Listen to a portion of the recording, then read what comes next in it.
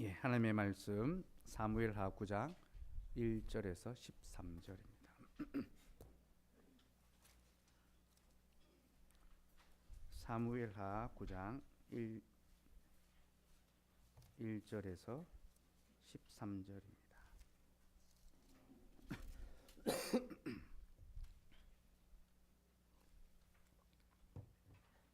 하나님께서 말씀하십니다. 하나님의 말씀을 들으십시오. 다윗이 이르되 사울의 집에 아직도 남은 사람이 있느냐? 내가 요나단으로 말미암아 그 사람에게 은총을 베풀리라 하니라. 사울의 집에는 종 한 사람이 있으니 그의 이름은 시바라. 그를 다윗의 앞으로 부르매 왕이 그에게 말하되 내가 시바냐 하니 이르되 당신의 종이니이다 하니라. 왕이 이르되 사울의 집에 아직도 남은 사람이 없느냐? 내가 그 사람에게 하나님의 은총을 베풀고자 하노라 하니 시바가 왕께 아뢰되 요나단의 아들 하나가 있는데 다리 저는 자니이다 하니라. 왕이 그에게 말하되 그가 어디 있느냐 하니 시바가 왕께 이르되 로드발 암멜의 아들 마길의 집에 있나이다 하니라. 다윗 왕이 사람을 보내어 로드발 암멜의 아들 마길의 집에서 그를 데려오니 사울의 손자 요나단의 아들 무비보셋이 다윗에게 나와 그 앞에 엎드려 절하매 다윗이 이르되 무비보셋이여 하니 그가 이르기를 보소서 당신의 종이니이다. 다윗이 그에게 이르되 무서워하지 말라. 내가 반드시 내 아버지 요나단으로 말미암아 내게 은총을 베풀리라. 내가 내 할아버지 사울의 모든 밭을 다 내게 도로 주겠고 또 너는 항상 내 상에서 떡을 먹을지니라 하니 그가 절하여 이르되 이 종이 무엇이기에 왕께서 죽은 개와 같은 나를 돌아보시나이까 하니라. 왕이 사울의 종 시바를 불러 그에게 이르되 사울과 그의 온 집에 속한 것은 내가 다 내 주인의 아들에게 주었노니 너와 내 아들들과 내 종들은 그를 위하여 땅을 갈고 거두어 내 주인의 아들에게 양식을 대주어 먹게 하라.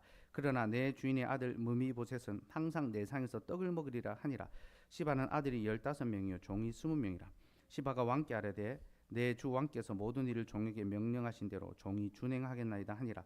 무비보셋은 왕자 중 하나처럼 왕의 상에서 먹으니라. 무비보셋에게 어린 아들 하나가 있으니 이름은 미가더라. 시바의 집에 사는 자마다 무비보셋의 종이 되니라.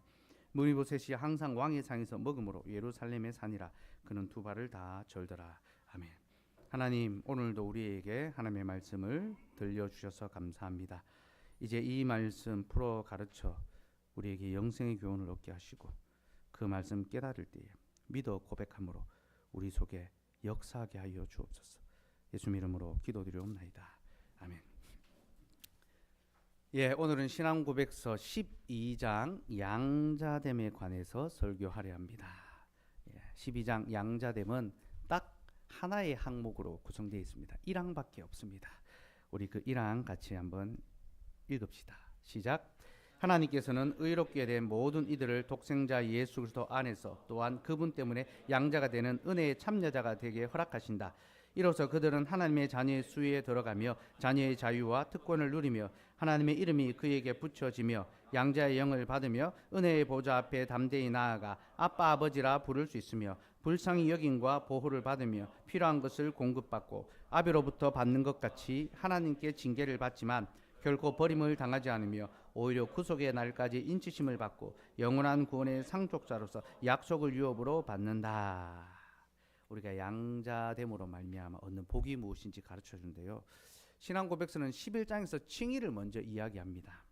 그렇게 칭의, 우리가 하나님께서 우리를 그리스도로 말미암아 의롭다 하여 주셨다. 우리를 의롭다 하여 주신 다음에 이제 우리를 자신의 아들로 영화롭게 해주신다. 그게 12장 양자됨입니다. 이 양자됨은 우리의 신분의 변화에 관한 것입니다. 곧 구원은 우리를 그저 죄와 사망의 비참에서 건져주는 것만이 아니라 우리를 하나님의 자녀로 변화시켜주는 것. 종에서 아들로 신분이 바뀌는 것이 바로 구원입니다. 출애굽기가 바로 그것을 보여주죠. 출애굽기 시작할 때 이스라엘 백성들은 바로의 종이었습니다. 그들은 노역과 고역과 핍박을 받기를 당했습니다. 그러나 그들이 하나님의 아들로 바뀝니다. 그래서 하나님 안에서 이제 자유와 기쁨과 또 하나님의 나라를 상속받게 되죠. 그게 구원입니다. 그게 칭의와 양자됨의 그 원리를 가르쳐 주는 겁니다. 사랑하는 여러분, 우리는 전에 죄와 사망의 비참한 종노릇하던 종놈들입니다. 그런데 하나님께서는 그런 우리를 자신의 아들로 영화롭게 만들어 주셨습니다. 의롭다 하신 이를 영화롭게 하셨다. 영화로움이 무엇입니까? 우리가 뭔가를 해서 영광스러운 존재가 되는 것이 아니라 우리를 하나님의 자녀로 삼아 주십니다. 왕의 아들로 삼아 주시면서 우리를 영화로운 존재로 만들어 주셨다는 거죠. 그리고 아들로서의 특권을 허락하십니다. 그럼 아들에게는 특권이 있습니다. 여러분 모든 아들들이 항상 아버지한테 당당하게 요구합니다. 그죠? 자신의 먹고 싶은 것을, 자신이 하고 싶은 것을 당당하게 요구합니다. 왜 그렇습니까? 아들에게 주어진 특권이기 때문이죠. 우리가 하나님의 아들이 되었다는 것은 이제 그의 아들로서의 특권을 누리게 되었다는 것입니다. 그 특권이 무엇입니까? 전능하신 하나님을 아버지라 부를 수 있게 된 겁니다. 전능하신 하나님을 아버지라 부를 수 있는. 우리가 사도신경의 첫 번째 고백, 바로 그에 관한 고백이죠. 나는 전능하신 아버지 하나님. 여러분 유대인들은요 하나님을 아버지라 부르지 못합니다. 그냥 전능하신 하나님, 창조주입니다. 그들에게 하나님은 높이 계신 하나님입니다. 그러나 우리에게 하나님은 가까이 계시는 우리 아버지 하나님이십니다. 그래서 우리 기도할 때 뭐라고 합니까? 하늘에 계신 우리 아버지요. 우리는 아들로서 하나님을 아버지라 부를 수 있는 특권을 얻게 되었습니다. 그리고 아버지 되신 하나님의 보호와 돌보심을 받죠. 아버지는 자녀를 보호하고 지키지 않습니까? 우리를 지키고 돌보십니다. 또 우리의 몸과 영혼에 필요한 모든 것을 아버지께서 공급해 주십니다. 여러분 우리가 살아가면서 필요한 그 모든 육의 필요와 영적인 필요 누구로부터 주어집니까? 우리 하나님부터 말미암아 우리에게 공급되고 채워집니다. 하나님이 우리 아버지시기 때문에 우리의 모든 필요를 채우십니다. 그리고 그 하나님의 사랑 안에서 우리를 구속의 날까지 인쳐 주십니다. 곧 한 번 택하신 자를 끝까지 지키시는 거죠. 우리의 행위를 보시고 그것을 물으시고 취소하고 우리의 구원을 다시 없애는 것이 아니라 하나님께서 택하셨기에 끝까지 구원의 날까지 지키시는 겁니다. 여러분 낳은 책임이 있지 않습니까? 자녀를 낳았기 때문에 어떻게 합니까? 끝까지 책임져야 되는 겁니다. 그게 부모와 자녀의 관계에 주신 하나님의 이 규칙입니다. 질서입니다. 그죠? 내가 낳았으니 내가 끝까지 책임지는 것처럼 하나님께서 우리를 자녀로 삼으셨기 때문에 구원의 날까지 때로 우리가 그릇되이 행하고 죄 가운데 죄의 현저한 삶을 살아가더라도 다시 우리를 은혜로 불러주시고 하나님의 그 품 안으로 다시 우리를 회복시켜 주시는 거죠. 그래서 구원의 날까지 우리를 인친다는 건 도장을 찍어주는 겁니다. 도장을 찍어주시고 그리고 마지막 날에 우리 주님이 영광스럽게 하늘과 땅의 모든 권세를 갖고 오실 때 그때 우리에게 하나님의 나라를 기업으로 상속해 주십니다. 자녀는 아버지의 재산을 상속받지 않습니까? 그죠? 우리 하나님께서 그 모든 영광과 권세를 그 하나님의 나라를 우리에게 상속해 주신다. 이게 자녀들에게 약속된 하나님의 복입니다. 우리 신앙 고백서가 바로 그 복을 우리에게 가르쳐 주고 있고요. 저는 오늘 그 복에 대해서 설교하려 합니다. 오늘 설교 제목은 우리는 양자입니다. 이고 설교 대지는 첫째, 우리는 원수입니다. 둘째, 아버지는 언약을 기억하십니다. 셋째, 우리는 자녀의 복을 누립니다. 이 세 가지를 살펴보려 합니다. 첫째, 우리는 원수입니다. 자, 이제 오늘 본문을 한번 볼까요? 사무엘하 9장에서는 다윗과 무비보셋에 관한 이야기가 나오는데요. 다윗이 요나단의 아들인 무비보셋을 잘 돌아보고 보호하고 또 지켜주는 바로 그런 내용입니다. 다윗은 왕위에 오른 뒤에 사울의 집에 남아 있는 사람이 있는지 확인했습니다. 자기의 앞서 왕이었던 사울의 집에 혹 남은 자들이 있는가? 그리고 요나단의 아들인 무비보셋이 남아 있다는 소식을 듣고 그를 자신에게로 데려옵니다. 이 무비보셋은 다리를 저는 장애인이었는데요. 아이러니하게도 그 덕분에 그는 자신의 생명을 보존할 수 있었습니다. 왜냐하면 사울과 다윗의 집안 사이에는 전쟁이 있었기 때문입니다. 두 집안 사이에는 전쟁이 있었습니다. 곧 두 나라 간의 전쟁이 있었습니다. 왜 전쟁이 있었습니까? 하나님께서 사울을 이스라엘의 첫 번째 왕으로 세우셨지만 두 번째 왕으로는 사울의 아들이 아니라 다윗을 택하여 세우셨습니다. 곧 사울을 버리시고 다윗을 그 다음 왕으로 세우셨죠. 그러니까 사울은 다윗이 자기를 이어 왕이 되는 것이 마음에 들지 않는 겁니다. 그래서 하나님이 세우신 왕 다윗을 대적하고 핍박했습니다. 다윗을 잡아 죽이려고 온 군대를 다 동원하고 그와 전쟁을 벌입니다. 이 전쟁은 다윗을 향한 전쟁이 아니라 사실은 하나님을 향한 전쟁입니다. 그는 하나님을 대적했습니다. 사울이 하나님을 대적하기에 하나님이 그를 어떻게 하십니까? 심판하시죠. 하나님 자신을 대적하는 자를 멸하십니다. 그래서 사울과 그의 아들들이 전쟁 중에 다 죽임을 당하고 맙니다. 그릇된 길로 가는 자가 하나님의 심판을 받았던 겁니다. 그런데 이 무비보셋은 다리를 사용할 수 없었습니다.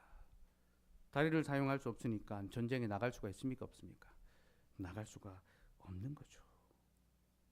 그는 전쟁에 나갈 수가 없었고 그래서 자신의 생명을 지킬 수 있었던 거죠. 다리를 저는 것은 그에게 핸디캡이었지만 오히려 그에게 유익하게 작용을 했습니다. 하지만 그렇다고 해서 무비보셋이 정상적인 삶을 살아갈 수는 없습니다. 그는 목숨은 붙어 있지만 정말 목숨만 붙어 있는 살려만 주는 그런 형편에 있었습니다. 왜냐하면 그는 사울의 손자였습니다.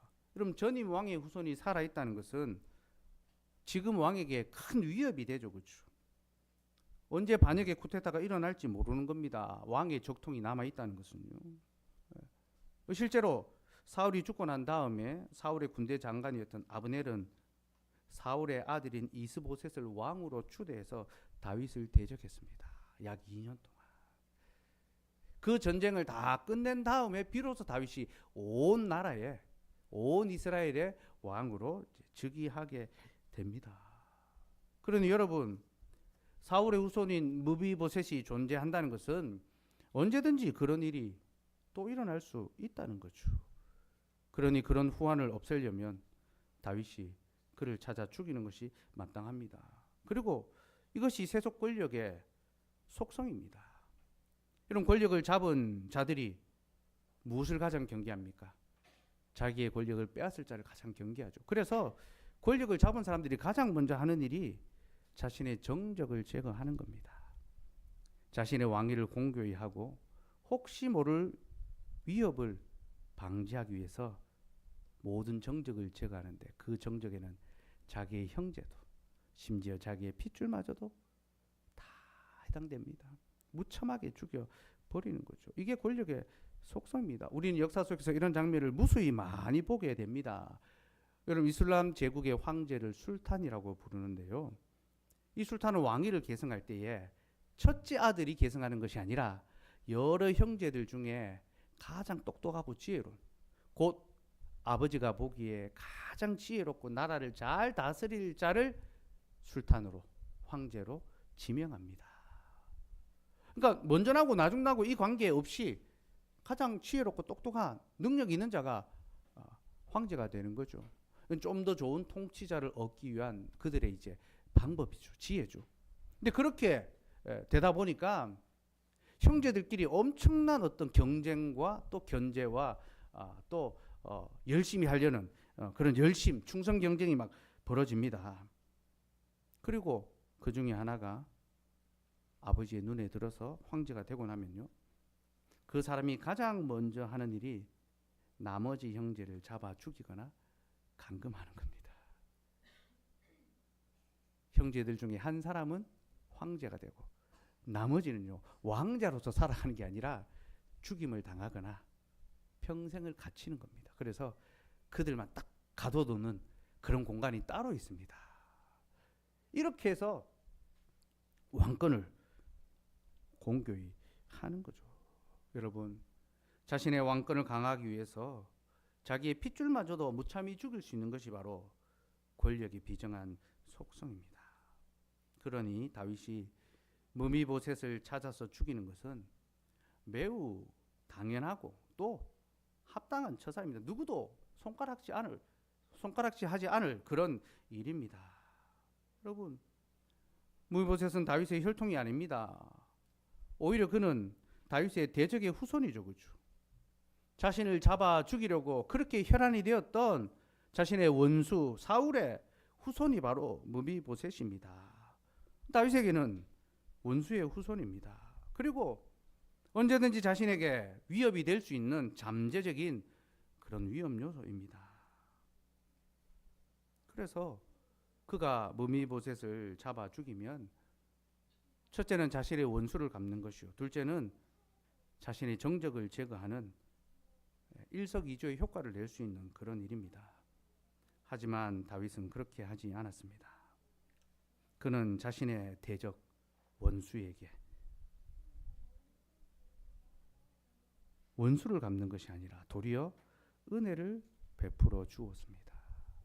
그를 불러서 자신의 상에서 먹고 마시게 해 주었으며 그에게 재산을 주고 또 그를 안전하게 보호해 주었습니다.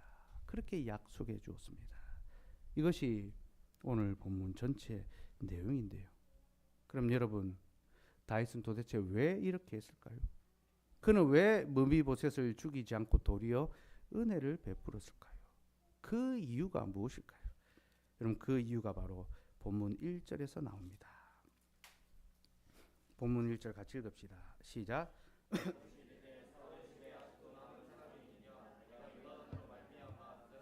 은총을 베풀리라 하니라. 그럼 다윗이 그에게 은총을 베푼 것은 그의 아버지 요나단 때문이죠. 그렇죠? 다윗은 요나단으로 말미암아 그에게 은총을 베풀었습니다. 자기 아버지 요나단을 기억하고 은총을 베푼 거죠. 근데 여기서 은총이란 말은요, 헤세드인데요. 헤세드 잘 아시죠? 자비와 긍휼이라는 뜻인데요. 이 헤세드는 항상 언약 안에서 쓰이는 용어입니다. 하나님께서 우리에게 은혜를 베푸신다라고 할 때에 하나님의 언약 안에서 우리에게 은혜를 베푸시는 거예요. 헤세드는 언약적 관계 안에서만 사용되는 단어입니다.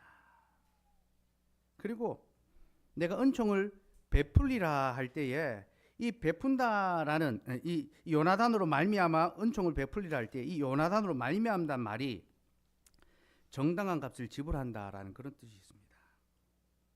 요나단으로 말미암아 정당한 값을 지불한다. 근데 이 단어 역시 언약적 의무를 이행하는 행동을 가리킵니다. 곧 요나단으로 말미암아라는 것은 언약을 이행함으로써 요나단과의 언약을 이행하기 위해서 내가 너에게 은혜를 베푼다. 그렇게 이해할 수 있습니다. 곧 다윗이 무미보셋에게 은총을 베푼 것은 그의 아버지 요나단, 그와 맺은 언약을 기억하고 그 약속을 지킨 것이다. 그렇게 이해할 수 있습니다. 사무엘상 20장 14절에서 17절 한번 볼까요? 사무엘상 20장 14절에서 17절입니다. 다윗과 요나단이 맺은 언약의 내용이 나옵니다. 17절까지 14절부터 같이 읽읍시다. 시작. 너는 내가 사는 날 동안에 여호와의 인자하심을 내게 베풀어서 나를 죽지 않게 할 뿐 아니라 여호와께서 너 다윗의 대적들을 지면에서 다 끊어버리신 때에도 너는 내 인자함을 내 집에서 영원히 끊어버리지 말라 하고 이에 요나단이 다윗의 집과 언약하기를 여호와께서는 대적들을 치실지어다 하니라. 다윗에 대한 요나단의 사랑이 그를 다시 맹세하게 하였으니 이는 자기 생명을 사랑함같이 그를 사랑함이었더라. 아멘. 요나단은 다윗과 언약을 맺었습니다. 그리고 그 언약 안에서 다윗을 사랑하고 지키고 보존했으며 또한 너도 나를 사랑하고 지키고 보존해달라 그렇게 부탁한 거죠. 그럼 우리가 다윗과 요나단의 관계를 아주 좋은 친구 관계로 그렇게 이해를 합니다. 오선과 하는같이 좋은 친구 사이를 다윗과 요나단이 우리에게 보여주고 있다라는 거죠. 물론 그들은 친구 사이가 맞습니다. 하지만 성경은 우리에게 그들의 친구 사이가 아니라 언약 관계를 주목하라고 합니다. 요나단은 다윗과 언약을 맺었습니다. 왜 그와 언약을 맺었을까요? 하나님께서 그를 이스라엘의 왕으로 세우셨음을 알았기 때문입니다. 하나님께서 내가 아니라 우리 아버지에게서 이제 이 다윗을 이스라엘의 왕으로 세우셨구나. 요나단에게 이 일은 자기를 부정하는 것과 같은, 자기를 죽이는 것 같은 고통스러운 일일 수 있습니다. 자신이 왕자에 올라야 하는데. 다윗, 요나단 입장에서 보면 저 들판에서 양을 치던 목동에 불과한 다윗이 이스라엘의 왕으로 세움을 입었으니 그것을 인정하는 것이 얼마나 힘들고 어렵겠습니까? 그러나 요나단은 믿음으로 그 사실을 받아들이고 하나님께서 세우신 그 왕과 언약을 맺었습니다. 당신은 이스라엘의 왕이시니다. 그 고백입니다.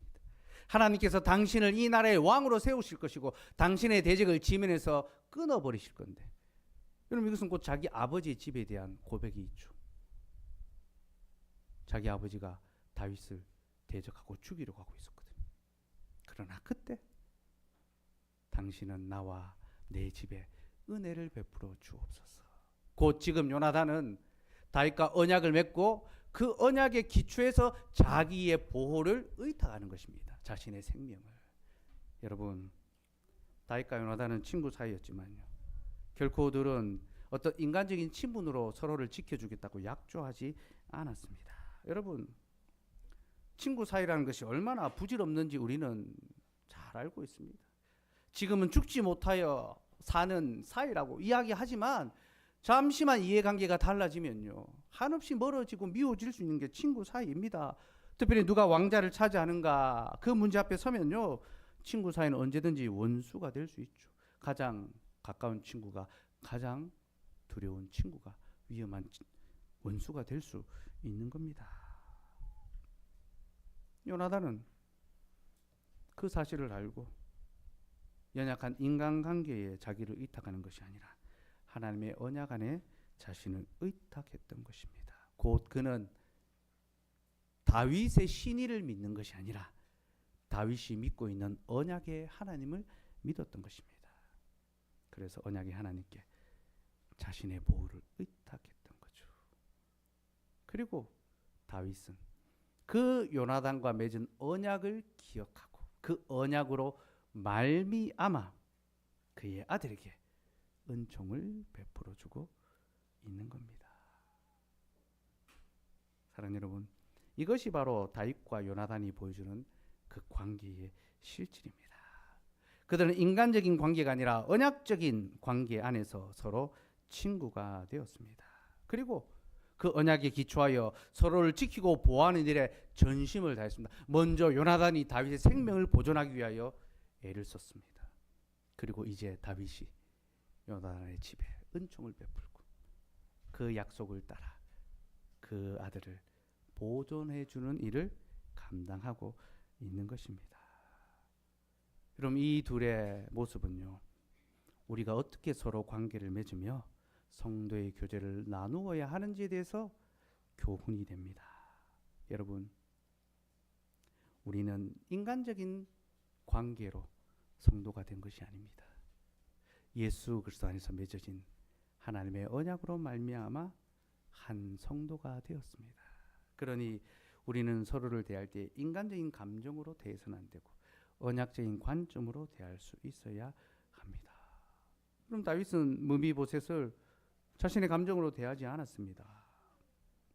언약의 관점을 따라서 그를 용납하고 그를 받아 주었죠. 그죠? 우리도 서로를 바라볼 때에 그렇게 할 수 있어야 합니다. 그러나 여러분, 우리가 자주 실수하는 것 중에 하나가 우리가 자신의 감정을 따라 서로를 대한다는 겁니다. 누가 내 마음에 들면 우리는 지나친 애정과 애착을 표현합니다. 내 속에 있는 것도 다 내어줄 것처럼 온 힘을 다 쏟습니다. 사랑을 쏟아붓습니다. 그리고 반대로 우리의 마음에 들지 않거나 기분이 나쁘면 서로를 미워하고 비난하고 불평합니다. 이것은 매우 인간적인 태도인데요. 우리는 매우 자주 그렇게 행동합니다. 목회자의 관계에서도, 성도의 교제에서도 자기 감정을 따라서, 자기 기분을 따라서, 친소 관계를 따라서 그렇게 서로를 대하려고 하는 거죠.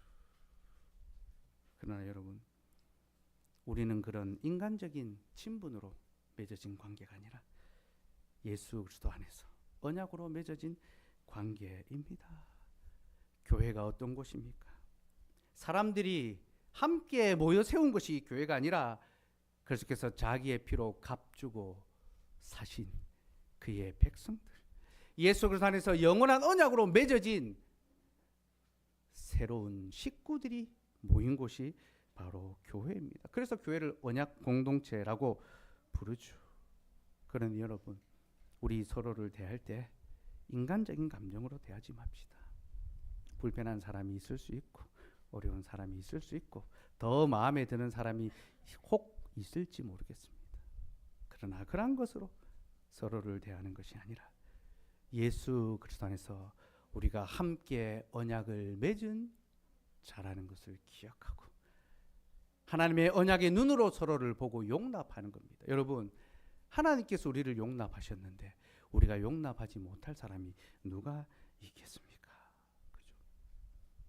우리의 관계가 더욱 언약 중심으로, 언약을 기억하고 언약으로 말미암아 서로에게 은총을 베풀고 서로를 지키고 서로를 보호하고 서로를 도와줄 수 있는, 섬길 수 있는 그런 관계가 될 수 있기를 소망합니다.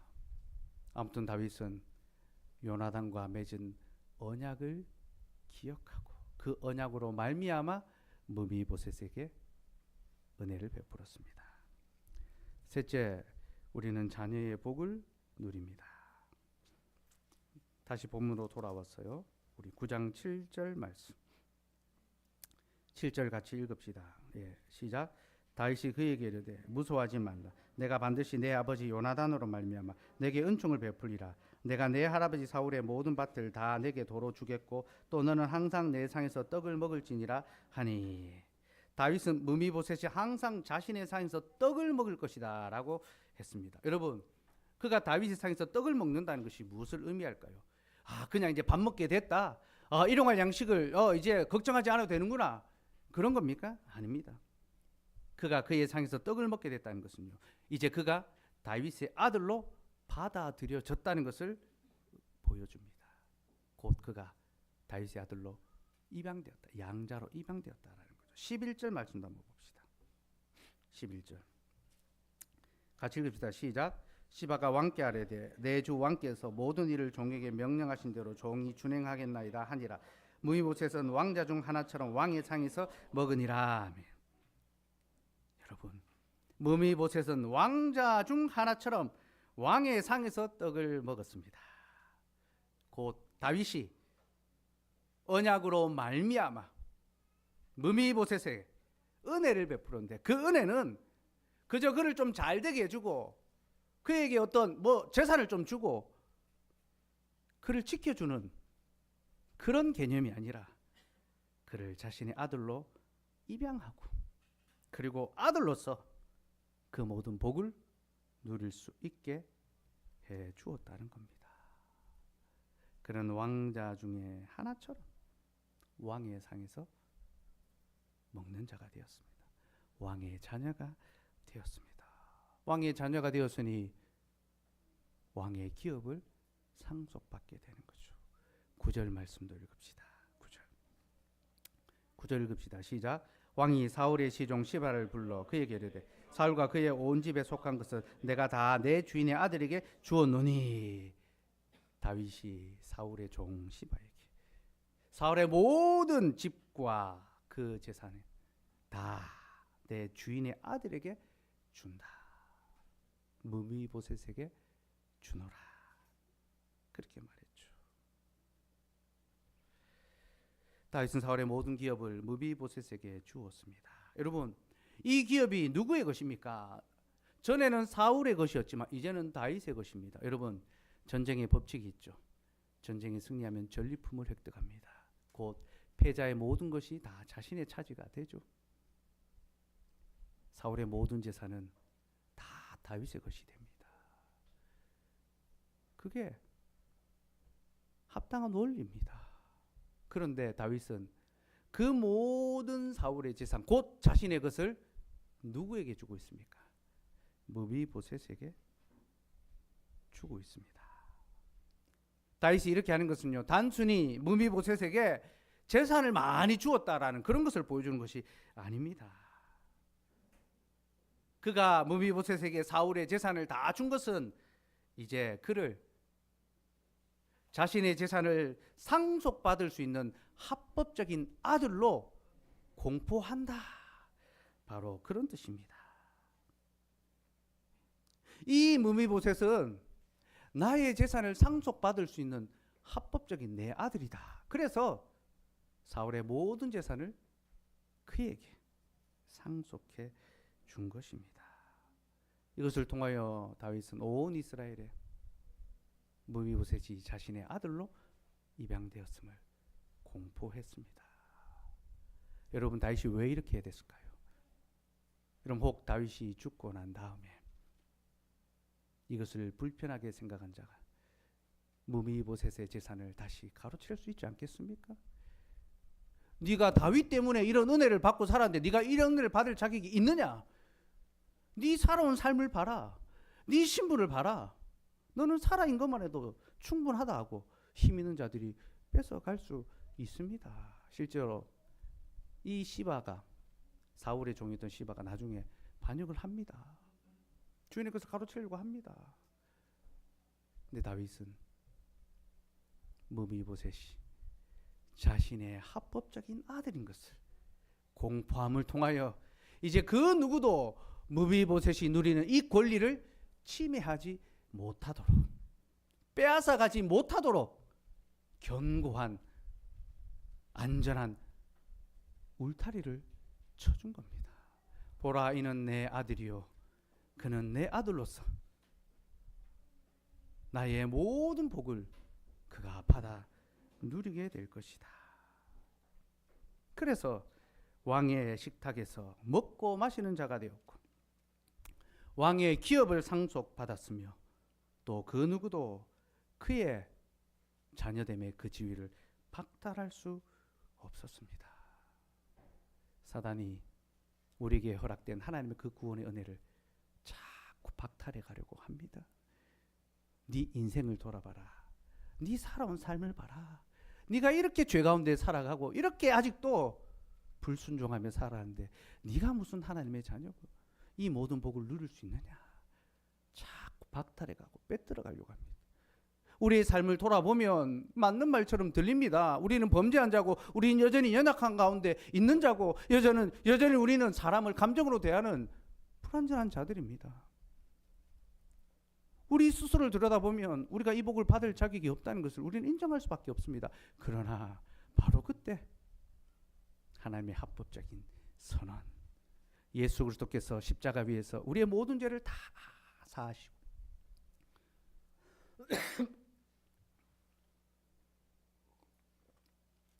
언약의 모든 저주를 마치셨다는 것을 우리가 기억하고 그 언약을 힘입어서 당당하게 그 무엇도 우리를 하나님의 사랑에서 끊을 수 없다라고 외칠 수 있는 거죠. 그죠? 그게 바로 언약으로 말미암아 우리가 하나님의 자녀가 되었다는 바로 그 사실입니다. 사랑하는 여러분, 우리는 그 놀라운 하나님의 은혜의 복을 받았습니다. 우리는 그 복을 받을 자격이 조금도 없었지만 예수 그리스도로 말미암아 그 복을 받았습니다. 여러분, 무비보셋이 그 복을 받을 자격이 아무것도 없었지만 자신의 아버지 요나단이 맺은 언약으로 말미암아 그 모든 복을 받아 누렸지 않습니까? 그와 같이 우리도 그리스도로 말미암아 그 언약의 복을 받아 누립니다. 여러분, 우리는 무비보셋이 말하는 것처럼 죽은 개와 같은 자들입니다. 무비보셋은 자신이 어떤 존재인지 잘 알았습니다. 자신이 다윗을 향해서는 원수의 후손이고 또 세상을 향해서는 장애를 가진 초라한 인생이라는 것을 너무 잘 알았습니다. 그래서 자신을 죽은 개와 같이 여겼습니다. 여러분, 이스라엘 사람들이 자신을 개에 비유하는 것은요, 가장 심한 저주입니다. 비난입니다. 이방인과 같이 자기를 취급하는 것입니다. 죽은 개와 같이. 모세보셋은 자신이 그런 존재라는 것을, 자신이 이런 은혜를 받을 자격이 없다는 것을 너무나 잘 알고 있었습니다. 특별히 그는 두 발을 다 절었는데요. 고대 사회에서 두 발을 전다는 것은 자신의 힘으로는 결코 절대로 살아갈 수 없는 전적인 무능한 상태를 보여주죠. 그는 전적으로 무능한 존재였고 멸시와 조롱과 천대받는 그런 인생이었는데, 그런 그에게 하나님께서 은총을 베푸셨습니다. 그의 아버지 요나단으로 말미암아 그에게 은혜를 베푸셨습니다. 그리고 여러분, 바로 그 은혜가 오늘 우리에게 그대로 이루어졌습니다. 우리도 다 죽은 개와 같이 비참한 자들입니다. 하나님 앞에서는 우리는 십자가의 원수로 행하던 자들입니다. 여러분, 우리가 누굽니까? 우리는 하나님의 아들이신 예수 그리스도를 십자가에 못 박아 죽였던 원수의 후손입니다. 우리 아버지가 사울입니다. 우리는 원수의 후손입니다. 우리는 불법한 자들이고 우리는 불의한 자들입니다. 세상을 향하여서는 우리가 어떻습니까? 우리는 마치 두 발을 다 저는 것처럼 약하고 보잘것없는 초라한 인생입니다. 그래서 사도 바울이 너희의 부르심을 보라라고 말하지 않습니까? 하나님께서 세상에 천한 것들과 멸시받는 것들과 없는 것들을 택하사. 여러분, 그게 우리의 실질입니다. 우리는 세상에서 천한 것들이며 멸시받는 것들이며 없는 것들입니다. 없이 사는 자들입니다. 참으로 우리는 두 발을 저는 자와 같이 연약하고 초라하며 자신의 힘으로는 결코 살아갈 수 없는 전적으로 무능한 자들입니다. 그러나 바로 그런 우리에게 하나님께서 놀라운 은총을 베풀어 주십니다. 왜 우리에게 이런 은혜를 베풀어 주십니까? 바로 하나님께서 예수 그리스도의 언약을 기억하셨기 때문입니다. 곧 그리스도께서 하나님과 언약을 맺으시고 우리를 대신하여 언약의 모든 의무를 다 수행하시고 십자가에 달려 죽으심으로 언약의 모든 저주를 다 담당하시고 다시 살아나심으로 죄와 사망에 죽었던 우리를 살려주시고 살려주신 우리를 아버지 하나님께로 인도해 주셔서 아버지께 이렇게 요청합니다. 아버지 보소서, 제가 아버지께서 분부하신 모든 약속을 다 지켜 행하였고 그 언약을 실행하였으니 이제 그 약속을 따라 이들을 아버지의 자녀로 다시 불러주시옵소서. 이들을 당신의 자녀로 인쳐주시옵소서. 우리 주 예수 그리스도께서 우리를 하나님의 자녀가 될 수 있도록 양자의 증서를 들고 가셔서 하나님 앞에 제출하셨습니다.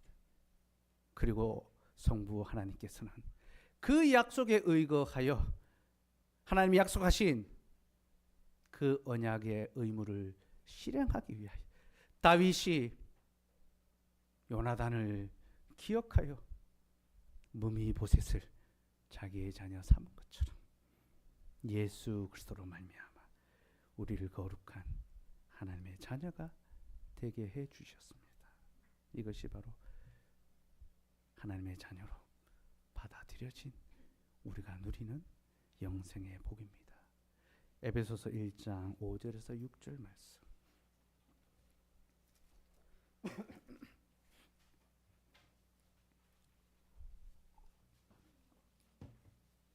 같이 읽읍시다. 시작. 그 기쁘신 뜻대로 우리를 예정하사 예수 그리스도로 말미암아 자기 아들들이 되게 하셨으니 이는 그가 사랑하시는 자 안에서 우리에게 거저 주시는 바 그의 은혜의 영광을 찬송하게 하려는 것이라. 그 기쁘신 뜻대로 우리를 예정하사 그리스도 예수 그리스도로 말미암아 자기의 아들들이 되게 하셨으니 다윗이 요나단으로 말미암아 그에게 은총을 베풀었던 것처럼 하나님께서 예수 그리스도로 말미암아 우리에게 은총을 베푸셨습니다. 그렇게 하나님의 원수요 죽은 개와 같은 다리 저는 자들과 같은 우리를 자신의 자녀 삼아 주시고 이제 자녀로서의 모든 복을 누리게 해 주십니다. 그 복이 무엇입니까? 우리가 항상 왕의 식탁에서 먹고 마실 수 있게 된 것입니다. 여러분, 그 왕의 식탁이 바로 이 주의 식탁이란 것을 아셔야 합니다. 여러분, 성찬은 왕의 식탁입니다. 주께서 우리를 위하여 왕의 잔치를 여시고 왕의 음식을 나누어 주시고 우리를 그 상에 불러주심으로 우리가 항상 그 상에서 먹고 마실 수 있게 해 주십니다. 우리가 주의 떡과 잔을 먹고 마신다는 것은요, 주께서 우리의 영혼에 참되고 영원한 생명을 주신다는 것이고, 주님이 이 성찬에 참여하게 하신다는 것은 우리에게 일용할 양식도 공급해 주신다는 약속입니다. 그러니 오늘 이 상에 참여할 때 하나님, 죽은 개와 같은 저를 그리스도로 말미암아 자녀 삼아 주시고 왕의 식탁에 참여하게 불러주시니 참으로 감사합니다. 이것이 오직 예수 그리스도로 말미암아 우리에게 주어진 은혜의 복이니 그리스도께 감사함으로 그리스도를 기억함으로 그 상에 참여하게 하여 주시옵소서. 그런 마음으로 이 상에 참여하시기 바랍니다. 또한 여러분, 주께서 우리의 아버지가 되시기에 이제 주님은 우리의 몸과 영혼에 필요한 모든 것을 기꺼이 공급해 주십니다. 여러분, 때로 삶의 궁핍과 어려움과 질병과 실패와 상심의 문제가 나를 엄습하고 내 안에 살 소망까지 끊어질 것 같은 그런 괴로움이 찾아온다 하더라도 주께서 우리의 몸과 영혼에 필요한 모든 것을 공급해 주신다는 것을 조금도 의심하지 말고 굳게 믿으시기 바랍니다. 전능하신 하나님, 우리의 아버지께서 우리에게 영생의 떡과 잔을 먹고 마시게 하는데 어찌 그가 우리의 삶에 필요한 일용할 양식, 이 땅에 필요한 것들을 채워주시지 않겠습니까? 그러니 오늘 이 떡과 잔을 먹고 마실 때 혹여 우리 마음속에 가진 불안과 염려와 불평과 한숨이 있다면 다 내려놓으시고 믿음으로 받으십시오. 오늘 나에게 이 식탁을 주신 것처럼 주께서 내 인생의 식탁도 채우실 것을 내가 믿나이다. 그렇게 믿음으로 받으십시오. 그리고 우리는 그리스도의 날까지 인침받을 것입니다. 우리의 구원은 다시 취소되거나 물러지지 않습니다. 왜냐하면 이것은 우리의 행위가 아니라 그리스도의 은혜로 말미암았기 때문입니다. 언약으로 말미암았기 때문입니다. 하나님께서 우리를 자기의 아들들이 되도록 택하셨고 그리스도 안에서 우리를 불러주셨습니다. 그러니 하나님, 내가 이 떡과 잔을 먹고 마시는 것처럼 나를 향한 하나님의 구원의 약속이 다 이루어졌음을 내가 믿나이다. 우리의 구원을 조금도 의심하지 말고 굳게 믿고 확신하시기 바랍니다. 끝으로 우리에게는 장차 주어질 하나님의 나라가 있습니다. 자녀는 아버지의 나라를 상속받죠. 우리 아버지 하나님께서 우리에게 그 나라를 상속해 주시기 위해 지금도 쉬지 않고 일하고 계십니다. 오늘 우리에게 이 식탁을 주신 하나님께서 우리를 자신의 자녀로 인정해 주시고 온 세상 앞에서 공포하십니다. 보라, 이는 내 자녀라. 내가 피로 값주고 산, 피로 값주고 낳은 내 자녀다. 자신의 아들 예수 그리스도를 통하여 우리를 낳아 주셨습니다. 그죠? 그리고 우리에게 영원한 하나님의 나라를 약속의 기업으로 선물해 주십니다. 그러니 우리가 이 식탁에 참여할 때에 주님이 주실 그 나라를 기대하고 소망하고 기다리면서 주님 오늘 이 식탁을 주는 것처럼 장차 영원한 하나님의 나라도 우리에게 허락해 줄 것을 굳게 믿습니다. 그 마음으로 그 믿음으로 이 식탁에 참여하시기 바랍니다. 그리고 끝으로 우리가 하나님의 언약의 자녀가 되었다면 이제 우리도 언약의 신실한 삶을 살아가야 합니다. 이것이 자녀의 본분이죠. 부모는 자녀를 사랑하고 돌아봅니다. 자녀는 부모를 공경하고 섬깁니다. 그러니 여러분 하나님을 더욱 사랑하며 그 말씀에 순종합시다. 내 감정과 기분에 따라 살아가는 것이 아니라 하나님의 약속의 말씀을 따라 살아갈 수 있어야 합니다. 특별히 우리의 관계가 인간적인 관계가 아니라 언약적인 관계라는 것을 기억합시다. 우리는 그리스도 예수 안에서 한 형제가 되었고 이제 그 언약 안에서 서로를 사랑하고 용납하고 돌아보아야 합니다. 이것이 우리에게 주어진 책무며 우리가 이 식탁에 참여할 때 한 형제, 한 식구가 되었다는 고백입니다. 내가 자녀가 되므로 다른 자녀가 피해를 보는 것이 아니라 은혜를 입을 수 있도록 이제 우리는 서로를 지키는 자로서 서로를 돌아보는 자로서 결단하고 그것을 행하여야 합니다. 또한 우리는 주님의 교회를 세우는 일에 헌신해야 합니다. 사랑하는 여러분, 교회는 하나님께서 우리에게 주신 선물이며 장차 우리가 받게 될 하나님의 나라의 표상입니다. 그러므로 여러분, 이 땅에서 주님의 교회를 위하여 수고하고 섬기는 자가 장래에 주님의 나라를 상속받게 될 것입니다. 아들은 아버지의 집을 위하여 수고합니다. 애씁니다. 그리고 그 수고를 마친 다음에 아버지의 집에 들어가 살게 되는 거죠. 우리가 주님이 주신 이 선물 교회를 위하여 수고하고 헌신해 갈 때 하나님께서는 우리로 이 교회 안에 머물러 살게 하시고 복을 누리게 하시고 장차 더 크고 놀라운 하나님의 나라를 우리에게 선물로 주실 것입니다. 그 은혜를 고대하고 기대하면서 오늘도 하나님의 양자로서 기쁨으로 담대하게 주의 성찬에 참여할 수 있기를 소망합니다.